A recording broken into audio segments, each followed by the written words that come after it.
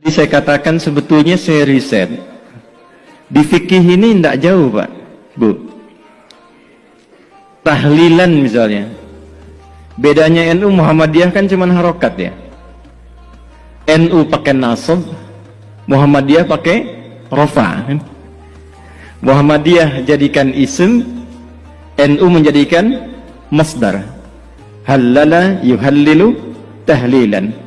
Nasab harokatnya fathah. Orang Arab tuh kan kalau bilang nasaba, dia katakan nasabar rajulu asahu alal ardi. Orang Arab tancapkan tongkatnya dengan kuat sehingga tak goyah. Harokatnya fathah membuka sesuatu. Jadi kalau tahlilnya menggunakan metode NU, tahlilannya mayatnya jadi jenazah, masuk sudah ke alam kubur, nasaba. Lalu untuk memberikan Fatihah dan turunannya dibuka, kemudian menggunakan skema tahlilan. Muhammadiyah cuma pakai rofa. Rofa pas ditarik, ya ayat Tuhan nafsul mutmainnah. Makanya Muhammadiyah menggunakan rofa tahlilun, NU menggunakan nasab tahlilan. Dan ternyata Kiai Haji Ahmad Dahlan tuh nggak pernah nyual itu, nggak pernah nyual. Dan saya telusuri di konfigurasi hukumnya itu, ternyata persoalannya bukan fikihnya. Ada kasus di kalangan masyarakat ingin menyelenggarakan tahlilan, ternyata tak punya materi, sehingga dia harus berhutang kepada tetangganya untuk mewujudkan tahlilan itu.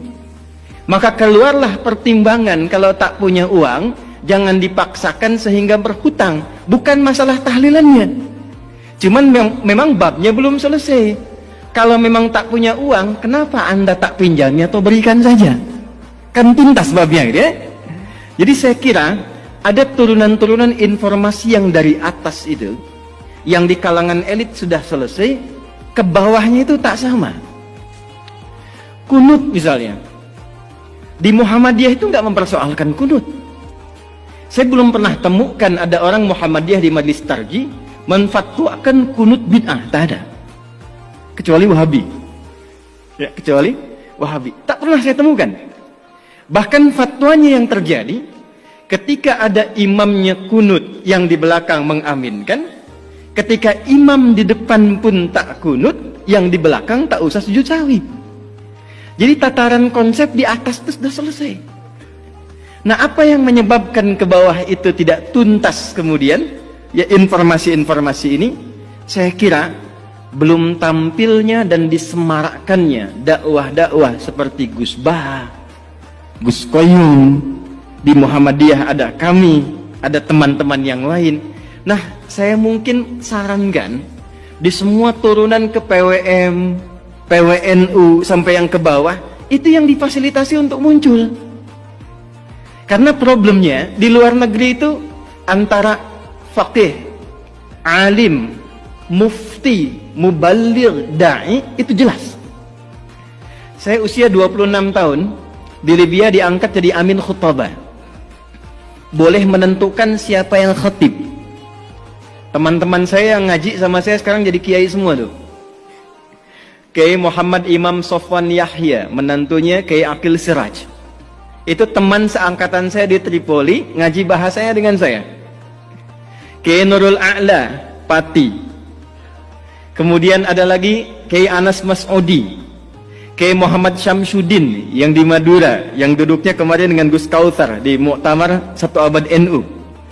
Kemudian ada Kiai lagi yang dari Pati, Solah Ulaya.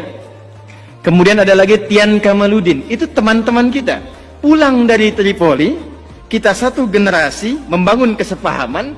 Itu kalau dakwah semua sampai.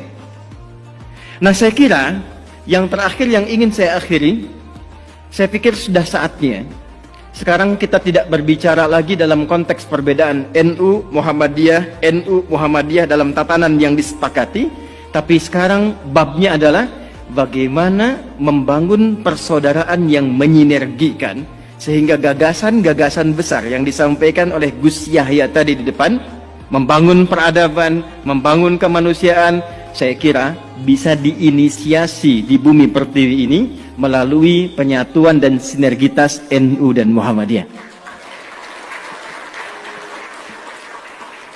Ya tentu nggak akan sama semuanya. Bab rumah sakit, Muhammadiyah. Bab kampus, Muhammadiyah.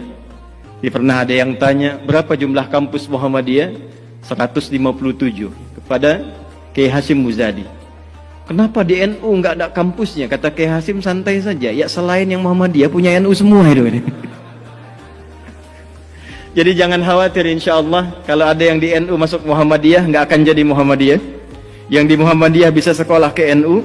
Kalau semua kita saling mengisi, besok-besok insya Allah yang satu lalaran alfiyah, yang satu CDEF GABC. Yang ini kalamuna lafzun mufidun kastaqim wasmun wa fi'lun thumma harfunil kalim wahiduhu kalimatun wal qawlu am wa kilmatun biha kalamun qad yu'am bil jarri wat tanwini wan nida wa al musnadin lismi tamidun hasal bita fa'alti atat wa ya if'ali wa nunik balanna ismun yamjali. Yang ini CDF GABC, GABC DFIS G, DFIS G ABCIS D, ABCIS D FIS GIS A, FIS GIS ABCIS DIS E, BCIS DIS E, FIS GIS AIS B, FIS AIS B, CIS DIS AIS FIS, CIS DIS AIS FIS GIS AIS BIS CIS.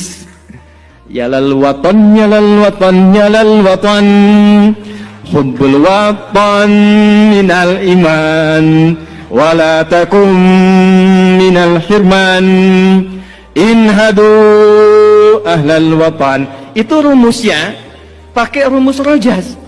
Mustaf'ilun, mustaf'ilun, mustaf'ilun, mustaf'ilun, mustaf'ilun, mustaf'ilun.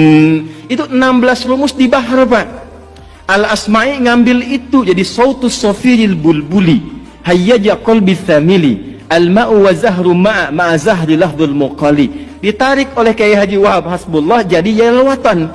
Yang ingin saya katakan, betapa hebatnya orang tua kita dulu, bukan hanya pakar di bidang fikih, pakar di bidang tata negara, tapi juga pakar di bidang bahasa. Di semua aspek spektrum keilmuan bisa diterjemahkan dalam konteks